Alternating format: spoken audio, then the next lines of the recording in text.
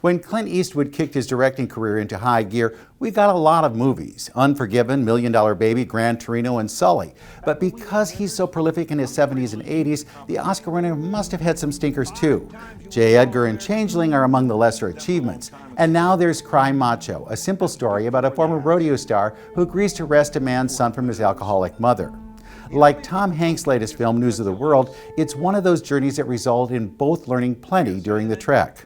Unfortunately, Eastwood doesn't have the same spunk as Hanks. When you watch him struggle through some of the more challenging scenes, you wonder if this shouldn't have been made several decades ago or with a different actor. Certainly, Eastwood embodies the macho concept. The first half of his career practically laid the ground rules. But Cry Macho isn't the capstone it might have been. The screenplay by Nick Schenk, who also wrote Gran Torino, is fairly simple, and it never quite leans into the story of a man facing dismissal. Eastwood's The Mule was much better at detailing those twilight years, particularly since it gave him a reason to become a part of something that was questionable. Here we don't know why Eastwood's Mike Milo was willing to be a pawn of a wealthy rancher, played by Dwight Yoakam. Eduardo Minett, as the boy Eastwood is sent to pick up, is a good partner for the old man, but the two go down such familiar territory it's never clear what Cry Macho wants to be.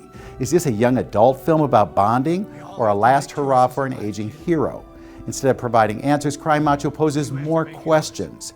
It's not Eastwood at his best, it's Eastwood at his most prolific. With your movies in a minute, I'm Bruce Miller.